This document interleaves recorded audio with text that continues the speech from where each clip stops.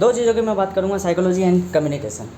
दोनों इंपॉर्टेंट है, पर दोनों एक चीज़ समझ लो, व्यक्ति दोनों एक है बट अलग अलग है। रोल्स इनके बिल्कुल डिफरेंट है एक दूसरे से। क्यों? कम्युनिकेशन एक स्किल है, साइकोलॉजी एक डिसिप्लिन है। ठीक है, डिसिप्लिन जो कंटिन्यूटी होती नहीं पर कंसिस्टेंस होता है। कंसिस्टेंस मतलब हमारी लाइफ के रोल्स प्ले जो हमारी जीवन शैली में दोहराता है, वो क्या कहलाता है? साइकोलॉजी। अब देखो, साइकोलॉजी पाएगी कॉमनली, हर किसी में पाएगी साइकोलॉजी, पर कम्युनिकेशन पाएगी कुछ ही में। कम्युनिकेशन स्किल्स होती है जो डेवलप होती है। अच्छा, स्किल्स अलग अलग लेवल पे डेवलप होती है। स्किल्स 3 लेवल पे डेवलप होती है, एक फैक्चुअल बेसिस पे, एक लॉजिकल बेसिस पे और एक एब्स्ट्रैक्ट बेसिस पर। अब देखो, फैक्चुअल और लॉजिक और एब्स्ट्रैक्ट कैसे हो गया? फैक्चुअल बेसिक ये हो गया, सब में कॉमन है, हर किसी को थोड़ी थोड़ी बात करनी आती है, हर किसी को बचपन से थोड़ा मोटा टैलेंट आता है कि बात कैसे करनी है। ठीक है ना? तो ये जो नॉर्मल है, ये नॉर्मल कम्युनिकेशन, ये कहलाती है फैक्चुअल कम्युनिकेशन। फिर आती है लॉजिकल। लॉजिकल मतलब जिसने स्टडी करी है, जिसने अपनी स्किल्स डेवलप करी है, जिसने स्पेशलिस्ट बना है, ठीक है, पर्टिकुलर चीज़ में, तो उसे एक एक बारीकी से पता है, तो वो लॉजिकल कम्युनिकेशन हो गया। उसे पता है कब क्या बोलना है, कौन से वर्ड रखने हैं, किस तरीके के सामने वाले को इंट्रोड्यूस करना है, वो सारी चीज़ें इसमें आ गई। थर्ड लेवल हो गया एब्स्ट्रैक्ट कम्युनिकेटर। एब्स्ट्रैक्ट कम्युनिकेटर मतलब वो कम्युनिकेटर जिसने खुद से नीतियाँ बनाई है, ना तो जानी है, खुद को ऐसे डेवलप कर लिया है, खुद को इस तरीके से बनाया है, कुछ ऐसा नया लाया है, ऐसा प्योर लाया है जो आज तक था ही नहीं। जैसे मान के चलो, नई टेक्निक्स, नए रूल्स, नए फार्मूलाज। अब वो नए फार्मूलाज में वो इस तरीके से करता है, आपको क्या पसंद है? तो उसने, लोग बोलते हैं आपको क्या पसंद है, उसने बोला आपको क्या पसंद है? टोन, उसने टोन का निर्माण करा कि उसने कहा कि वर्ड से ज़्यादा महत्व रखे टोन। अच्छा, पर मुझे आपकी बात अच्छी नहीं लगी। वो इसलिए नहीं लगी क्योंकि फेवरेबल, मेरे को इस चीज़ में थोड़ा डाउट है। That is a point. ये कम्युनिकेशन से, ये एब्स्ट्रैक्ट कम्युनिकेशन से। एब्स्ट्रैक्ट कम्युनिकेशन का मतलब आपने सामने वाले को डायरेक्ट मना करा, बट बात इस टोन में करी कि सामने वाले को बुरा ही नहीं लगा। ये एब्स्ट्रैक्ट हो जाता है थोड़ा सा, प्योर। ये लॉजिकल नहीं है, ये स्पेशलिस्ट नहीं है, ये वो नहीं है, ये जन्मजात है। जन्मजात मतलब कुछ एक्स्ट्रा ऑर्डिनरी लाना नहीं लाना। तो एब्स्ट्रैक्ट और लॉजिकल दोनों सेम होते हैं। एब्स्ट्रैक्ट ये होता है, धीरे धीरे एब्स्ट्रैक्ट मान के चलो, कोई एब्स्ट्रैक्टर है, उसने अपने खुद के रूल्स बनाए, धीरे धीरे वो पास करने लग गया। अब क्या होता है, मान के चलो किसी ने कोई इंजन बनाया, कोई सॉफ्टवेयर बनाया, वो सॉफ्टवेयर मान के चलो नया बना। सपोज़ करो फेसबुक वाले ने यूँ सोचा कि चलो लोगों को पाथवे देते कम्युनिकेट करने का, ठीक है, या मान के चलो सबसे पहले फूड डिलीवरी वाले ने यूँ सोचा चलो लोगों को फूड पहुँचाया जाए करके। ये आइडिया था, इनोवेशन थी, ये एब्स्ट्रैक्ट था। धीरे धीरे क्या करा, उसमें पार्टिसिपेट, चलो भाई ये टेक्नोलॉजी लगा लो, चलो भाई डिस्प्ले में दिखा लो, चलो भाई क्या बोलते हैं एज अ डिलीवरी बॉय लगा लो, चलो भाई अच्छा फेस रिकॉग्नाइजेशन लगा दो। अब धीरे धीरे उसमें क्या हो गया, एक्युमुलेशन हो गई। ये लॉजिकल है।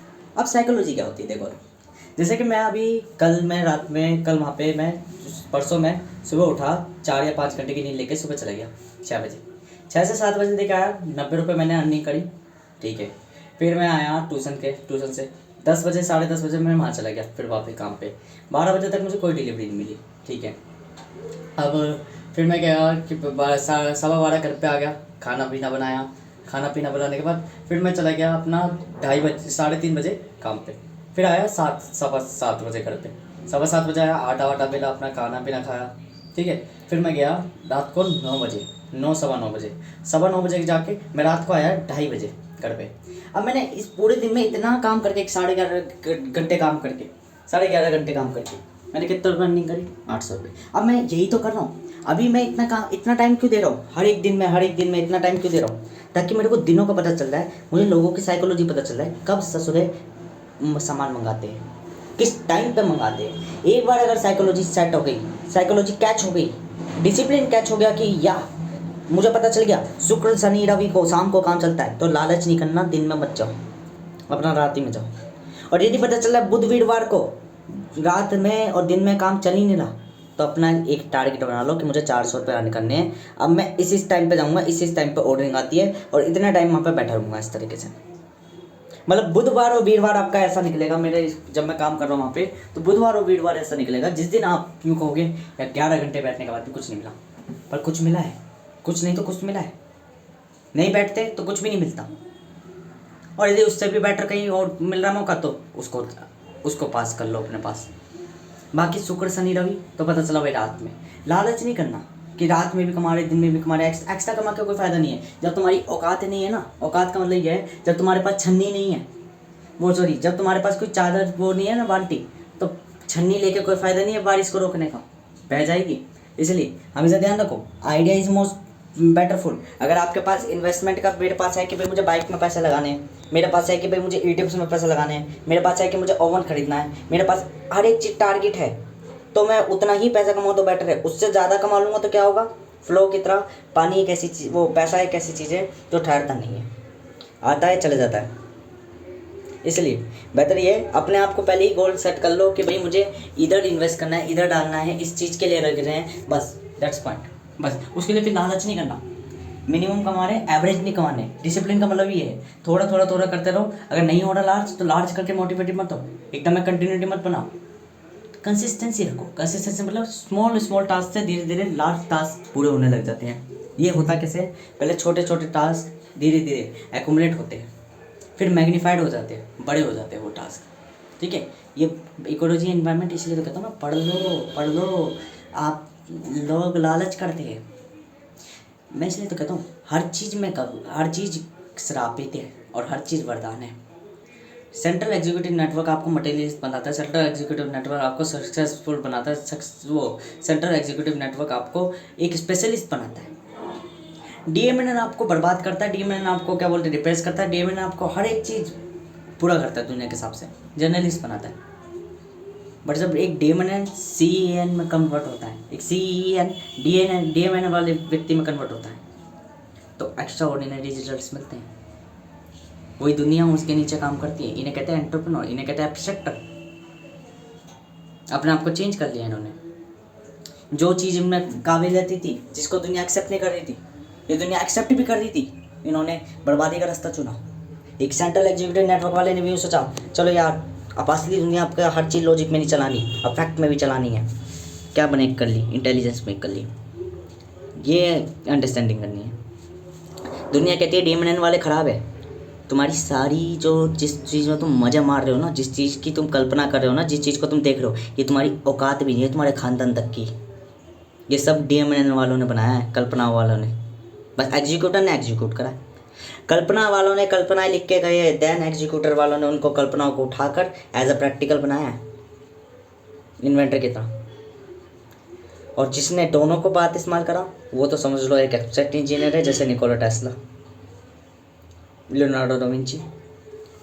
ठीक है, वो तो अलग ही है, और आने वाले ज़माने में और भी मिलेंगे। अब मैं बात कर रहा हूँ साइकोलॉजी एंड कम्युनिकेशन की। साइकोलॉजी एंड कम्युनिकेशन क्या है? कम्युनिकेशन एक स्किल है। स्किल क्या है? बात करने का तरीका, वे।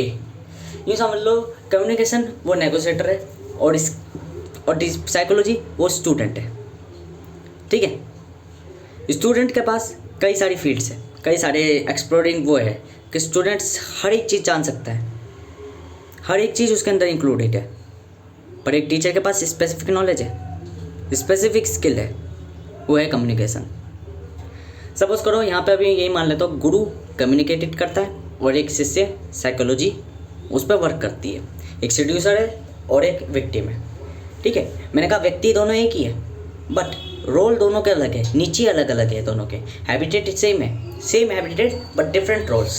ठीक है, same habitat but different role, same person but different categories, opposite categories, एक स्वयं और एक अहम है। Communication skills, communication and psychology, ये इस वीडियो का नाम है। और कम्युनिकेशन और साइकोलॉजी में मैं ये बता रहा हूँ आपको बात करने के तरीके, कम्युनिकेट करना मोस्ट बेटर है टूल। कम्युनिकेट करना कहलाता क्या? देखो साइकोलॉजी का मतलब ये है लोगों की मानसिकता है। जब आप लोगों की मानसिकता को कैच कर लेते हो, लोगों का एक सिमिलर पैटर्न कैच कर लेते हो, लोगों का सिक्वेंसल मैनर कैच कर लेते हो कि ये लोग यही करते हैं, ये इस पर्टिकुलर टाइप के लोग हैं और ये एक जैसी हरकतें करते हैं, इसे ही साइकोलॉजी कहते हैं। Study of psychology. अगर कोई कहना कि मुझे साइकोलॉजी की स्टडी करनी है, तो वो हमेशा ध्यान रखें आप कुछ भी कैच कर रहे हो। कुछ भी का मतलब ये है, मैं काम पे गया फ्लिपकार्ट मिनट पे, मैं पहले अपना एक्स्ट्रा एफर्ट डाल रहा हूँ, एक्स्ट्रा एफर्ट कर रहा हूँ, 10 11 घंटे ऑब्जर्व कर रहा हूँ, काम कर रहा हूँ, चलो कुछ अर्निंग नहीं कर रहा, कोई दिक्कत नहीं, आज नहीं कर रहा कोई दिक्कत नहीं। 1 महीने बाद धीरे धीरे धीरे धीरे धीरे क्या होगा, मुझे पता चल जाएगा किस दिन काम चलता है, किस दिन नहीं चलता, किस दिन लोग ऑर्डर करते हैं ज़्यादा, किस दिन नहीं करते। तो मुझे पता चला वीकेंड्स पे करते हैं।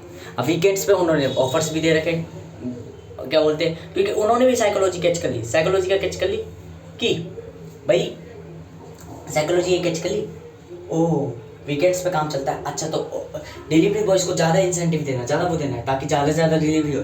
क्यों?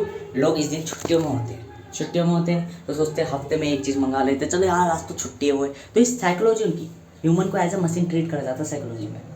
कम्युनिकेशन यहीं पे बढ़िया वर्क करती है। कम्युनिकेशन क्या है? कम्युनिकेशन इसी के संग देखो, गुरु और शिष्य जहाँ एक साथ वर्क करने लग जाए, समझ लो कुछ ना कुछ फूटेगा ही फूटेगा, एक्स्ट्रा ऑर्डिनरी पनपेगा ही पनपेगा।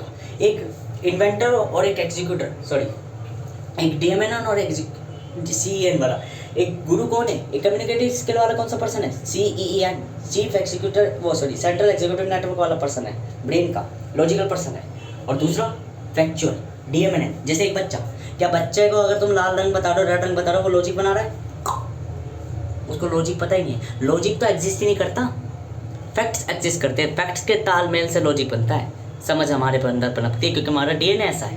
डीएनए मतलब हमारे सारांशिक लक्षण ऐसे हैं जो हमें मानव बनाते हैं, चीज़ों को कनेक्ट करना सिखाते हैं। और कनेक्ट नाम की कोई चीज़ होती ही नहीं वास्तविक में, कोई चीज़ किसी से कनेक्ट नहीं है, अपने आप पैदा हुई है सारी चीज़ें।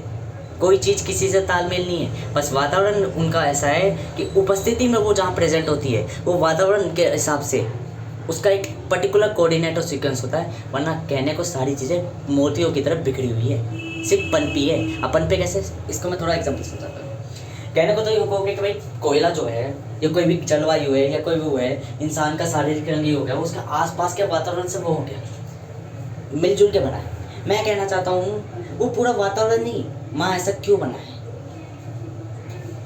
कहोगे कि और वातावरण से बना है। मैंने कहा और वातावरण भी ऐसे क्यों बने हैं? फिर कहोगे क्या बोलते हैं यूनिवर्स ऐसे, धरती ऐसी बनी हमारी। मैं कहूँगा धरती भी ऐसी क्यों बनी है, तो तुम्हें पता चलेगा आखिर में जाके कि जो चीज़ जैसी है वो यूं ही पैदा हुई है, कहीं ना कहीं ऐसी ही पैदा हुई है। ऐसे मतलब कि पहले सूक्ष्म कण पैदा हुए हैं, सूक्ष्म कण जब पनपे तब वो सूक्ष्म कण आपस में मिले तब नए कण पनपे। यही कि सबसे पहले फैक्ट पैदा हुआ है, देन लॉजिक पैदा हुआ है। पहले एब्स्ट्रैक्ट पैदा हुआ है, देन लॉजिक पैदा हुआ है। कुछ समझ में आया? पहले चीज़ें प्रकट हुई है तब, और ये प्रकट कैसे हुई है? ऊर्जाओं के रूप में। ऊर्जा ठहर गई तो ठोस रूप ले लिया।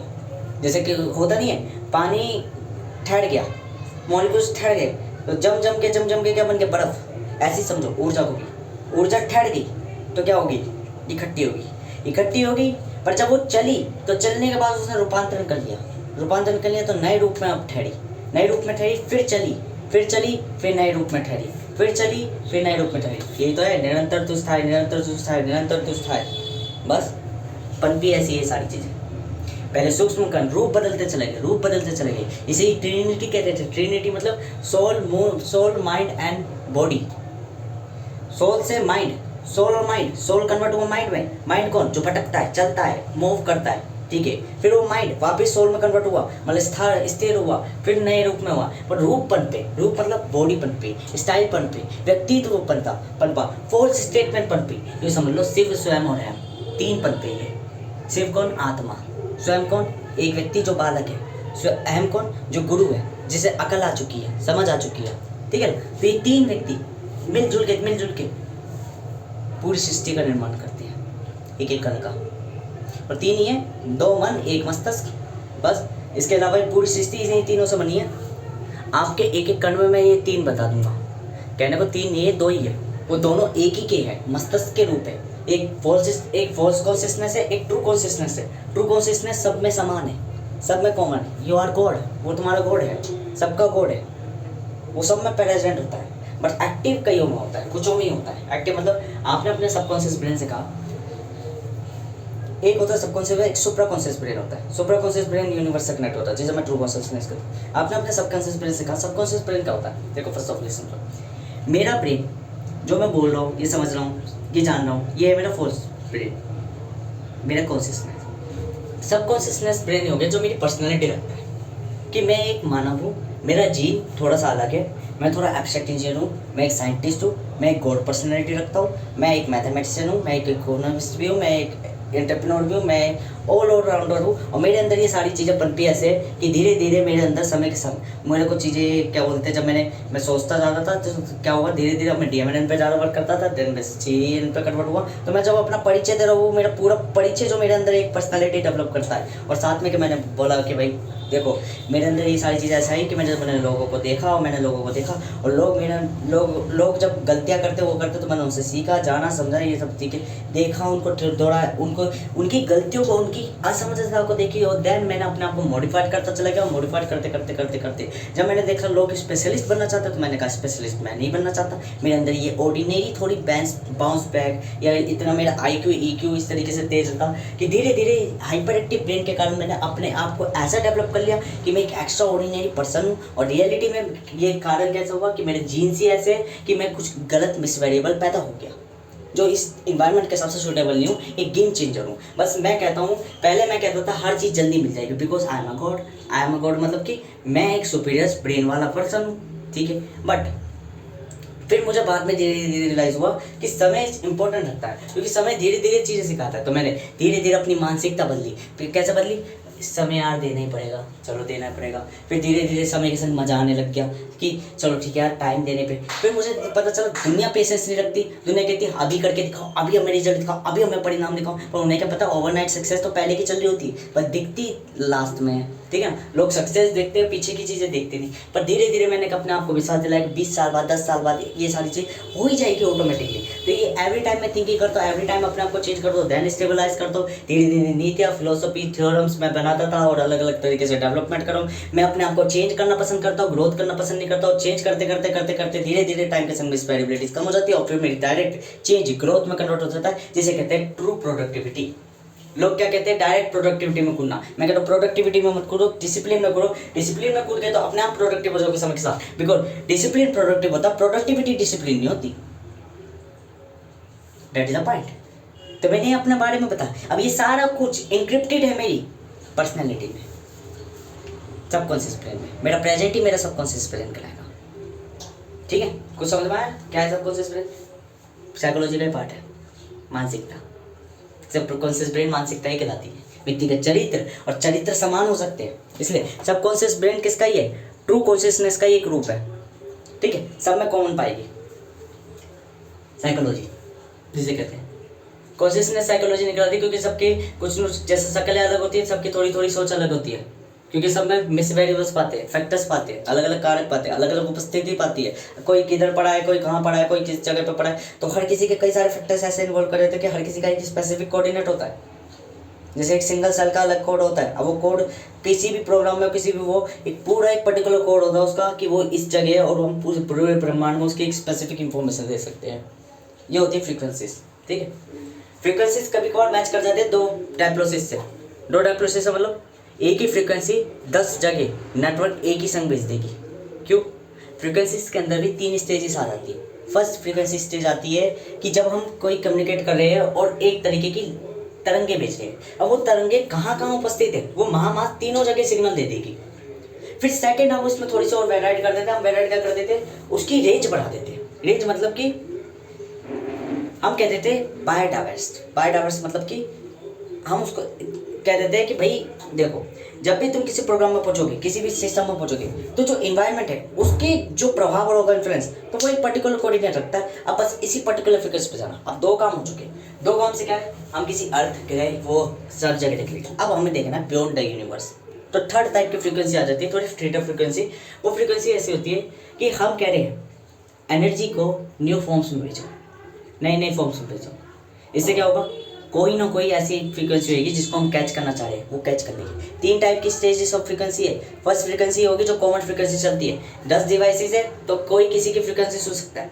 सेकंड हमने कह दिया, हमने उसको पोजीशंस दे दी, हमने उसको कह दिया कि हर एक एनवायरनमेंट एक दूसरे को इन्फ्लुएंस करता है। तो कई सारे फैक्टर्स के बेसिस पर हर एक पर्टिकुलर पर्सन की अलग अलग आइडेंटिटी होगी, हर एक पर्टिकुलर पर्सन का अलग अलग स्पेस होगा। चलो मानो फिंगरप्रिंट सेम हो रहा है, फेस जरूरी थोड़ी ना सेम हो है। चलो अच्छा वो हो रहा है तो DNA जरूरी थोड़ा ना सेम हो। तो ये कई सारी चीज़ें अलग अलग चीज़ों। फिर से हमने देखा चलो फिंगरप्रिंट भी करो, चलो DNA भी करो, चलो क्या बोलते हैं फेस भी करो, चलो अपनी थिंकिंग ब्रेन भी करो। अच्छा तुम्हारी क्या ट्रेड है वो भी करो। देखो DNA भी अगर सेम हो ना व्यक्ति का, तो जरूरी नहीं उसकी जॉब या उसका क्या बोलते हैं ब्रेन सेम हो। माइंड सेम हो, माइंड अलग हो जाएगा। डीएनए से मतलब नहीं रखता माइंड, माइंड अलग होता है।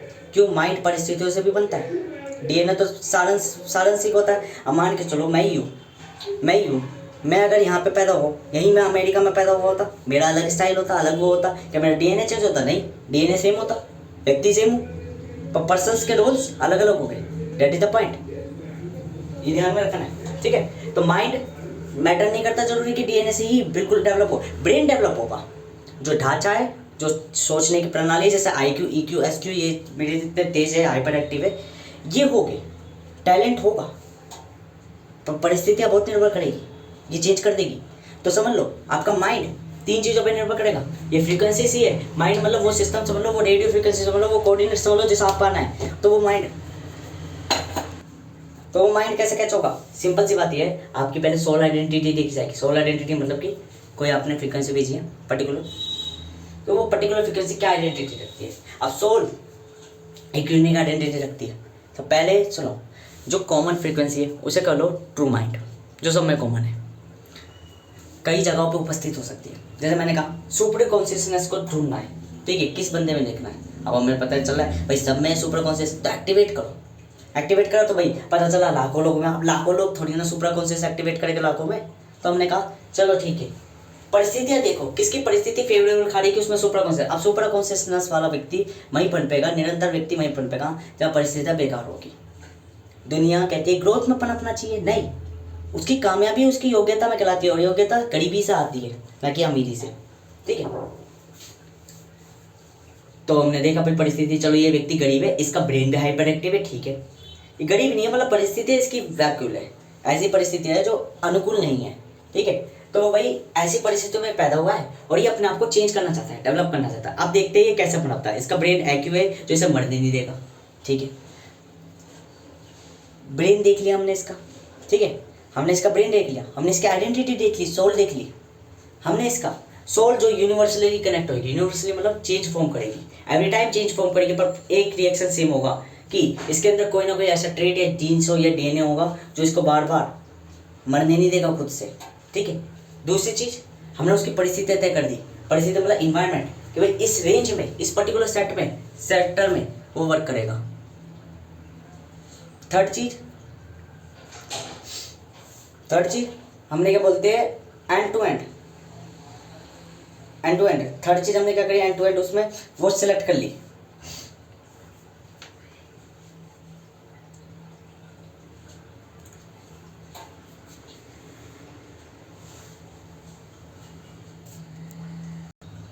थर्ड चीज हमने क्या सिलेक्ट करी, देखो थर्ड चीज हमने सिलेक्ट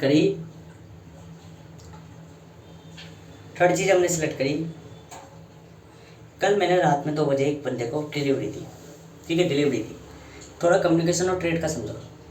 अभी उस बंदे की दोबारा वीडियो कॉल आ रही है, मैंने इसलिए पिकअप नहीं करी। अगले को हब वालों ने 20 रुपये का मैगी का पैकेट 15 वाला बेच दिया, एक 5 रुपये का लॉस है। वो व्यक्ति मुझे कॉल करके कह रहा, भैया, पहले तो यूँ कह रहा, भैया मम्मी मारेगी, तुम बाइक रोक के चुपचाप डाल दो सामान, डाल दिया। अब 15 वाला मैगी का पैकेट आ गया, 5 रुपये की कमी है।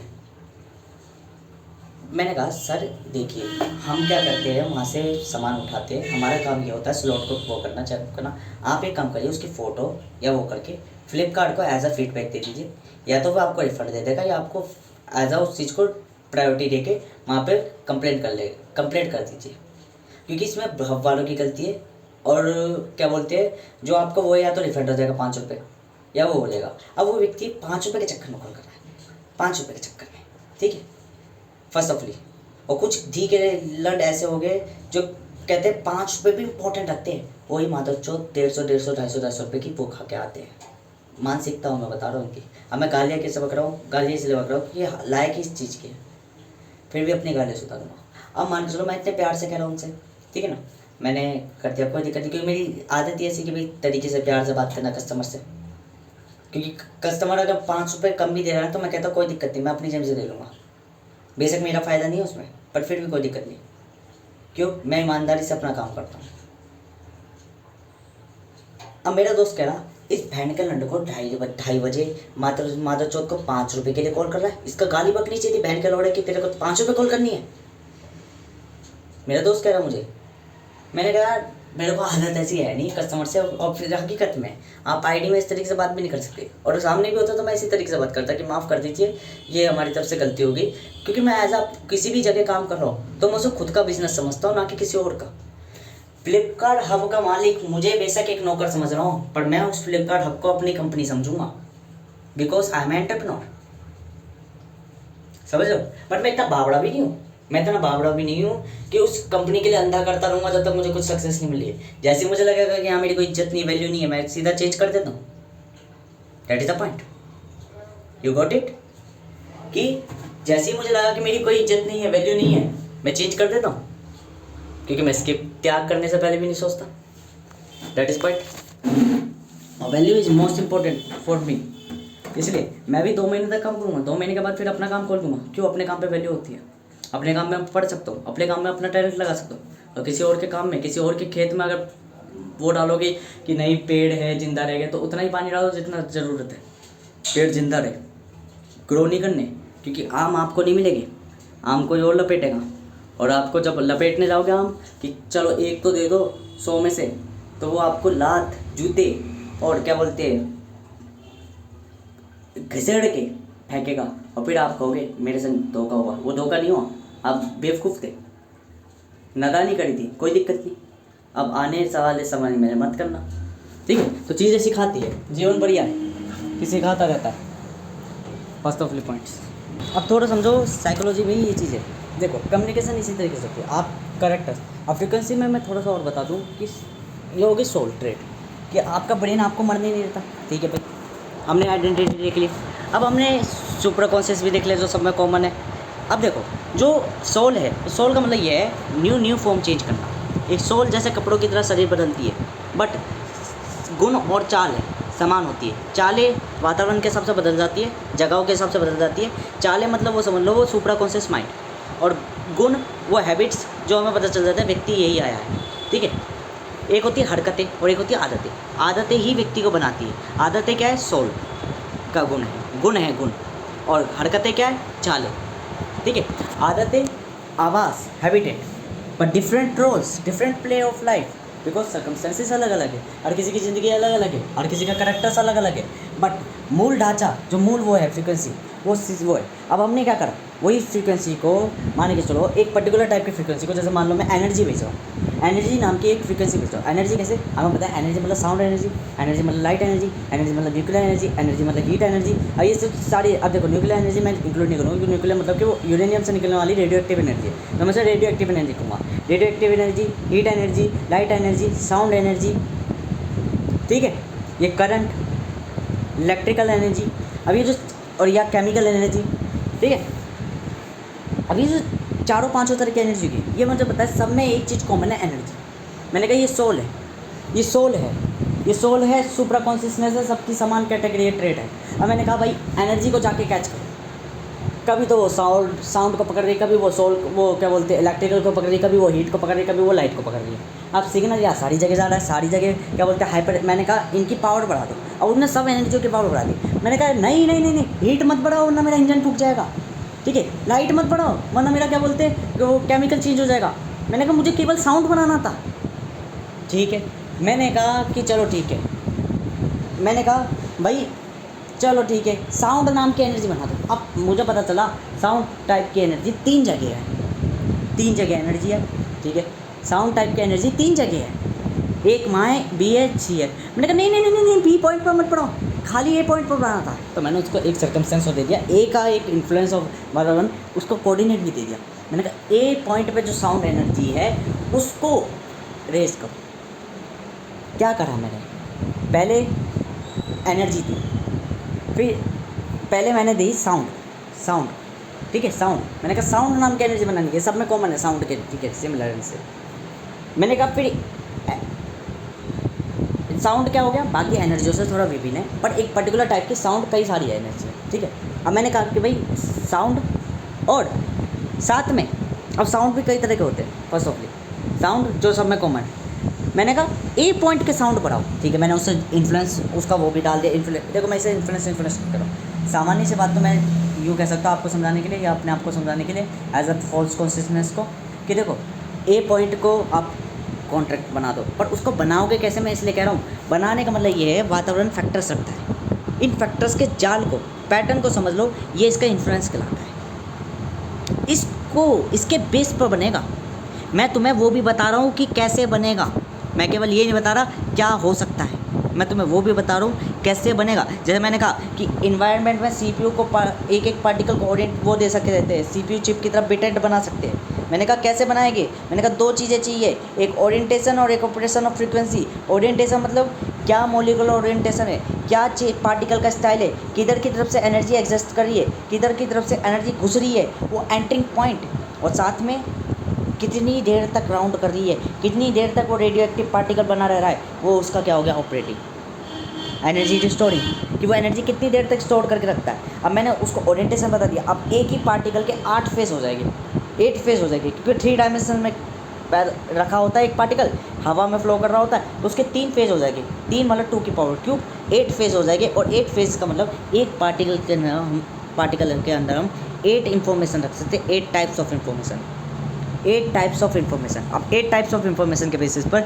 जब हम इसको थोड़ा कंपाउंडिंग करेंगे, कंपाउंडिंग का मतलब ये है जब हम लाखों पार्टिकल ले लेंगे तो ये आंकड़ा थोड़ा सा अरबों खरबों पता हो जाएगा, मतलब कोई मिसिलिटी नहीं होगी। That is a point, got it. हमें और समझ में आ रहा है। मुझे तो ये समझ नहीं आ रहा मेरी वीडियो के बीच में कॉल क्यों आ रही है, और मैं एक भी कॉल पिकअप नहीं करने का, बिकॉज मैं अपनी वीडियो रोकूंगा ही नहीं, कितनी भी कदर चीज़ भी गारंटी नहीं रोकने का, क्योंकि मुझे अपनी वीडियो बनानी है, मुझे अपना सोर्स बनाना है। मैं 3 घंटे की नींद लेकर मैं इतना बावड़ा का वो नहीं हूँ कि यहाँ पे मैं अपनी वीडियो बना रहा हूँ और नींद नहीं ले रहा। मुझे अपनी वीडियो बनानी है, और मुझे अगर कोई इरिटेट करेगा तो मेरे पे समाधान है, मैं कॉल नहीं उठाऊँगा, बेशक कोई कितनी भी रिस्पॉन्सिबिलिटी कितनी भी महत्वपूर्ण क्यों ना हो, क्योंकि मुझे पता है कॉल उठाती मेरी वीडियो कैंसिल हो जाएगी, और मुझे दूसरी नहीं बनानी, मुझे इसी में बताना है साइकोलॉजी एंड कम्युनिकेशन, और इसके लिए मैं कुछ भी कर सकता हूँ, क्योंकि मैंने ठान लिया। मेरी आंखें सूझ रही है, इतना बावड़ा नहीं हूँ मैं कि सोने की जगह ये कर रहा हूँ। और कॉल पे कॉल मेरे फ़ोन पे करोगे मैं नहीं उठाऊँगा, बिल्कुल भी पिकअप करूँगा।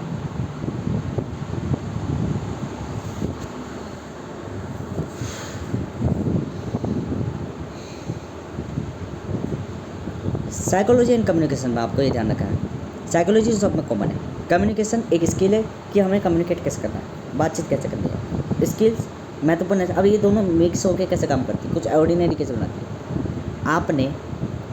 आपने लोगों की साइकोलॉजी देखी, जैसे फ्लिपकार्ट में आप काम कर रहे हो, मैं काम कर रहा हूँ, तो मैंने अभी परिस्थितियों में काम कर रहा हूँ, तो मैंने देखा यार शुक्र शनिवार और रविवार को लोग वो ज़्यादा मंगाते हैं। मैंने डिफरेंट वेज निकाल लिए, डिफरेंट वेज कैसे निकाल लिए, मैंने कहा भाई चलो कस्टमर से अच्छे बात करते हैं, कस्टमर को ज़्यादा इंस्पायर करते कि आप रात के 2 बजे भी निकाल सकते हो। कंपनी ने नहीं कहा, मैं कहूँ कस्टमर को अवेयर करो, कस्टमर को अलग अलग स्ट्रेटेजी पुटअप करो, कस्टमर से ऐसे कम्युनिकेट करो जैसे आप उसके दोस्त हो, कस्टमर के हर एक ख्याल वगैरह पूछो, बस यही कस्टमर आपसे फेवर हो जाएगा। ज़्यादा नहीं पूछने, कुछ नहीं पूछने, बस उसके रेपिटेबल पूछना है। जैसा अभी मैं उस व्यक्ति को कॉल करूँगा, पूछूंगा सर आपने कॉल करी थी क्या आप बता सकते हैं आपको क्या दिक्कत है। अगर वो कहेगा 5 रुपये तो उसको पेटीएम मार दूँगा 5 रुपये नंबर पर। ऐसे घाटा है, घाटा नहीं है, अपने आप चीज़ें लौट के आते हैं, लॉजिकल डायमेंशन है। मैं केवल लॉजिकल नहीं कहता, इन नेचर को लॉजिकल डायमेंशन कहता हूँ। Psychology and communication is most powerful tool, क्योंकि दोनों ही स्वयं और एम के रूप है, बस एक पर्टिकुलर फील्ड में है। ठीक है, साइकोलॉजी क्या है, कॉमन थिंग्स, पैटर्न्स, और कम्युनिकेशन क्या है, ऐसी अनसीक्वेंशियल या एब्स्ट्रैक्ट कैटेगरीज या वेज जो आप अप्लाई कर रहे हो। बातचीत में वेज इस्तेमाल होते हैं, ना कि वर्ड्स। वर्ड्स क्या है, जो सबको कॉमन हो, फैक्ट्स हो, तो लॉजिकल फैक्ट्स इंटेलिजेंस कहलाती है, मतलब कि कुछ नया, इनोवेशन।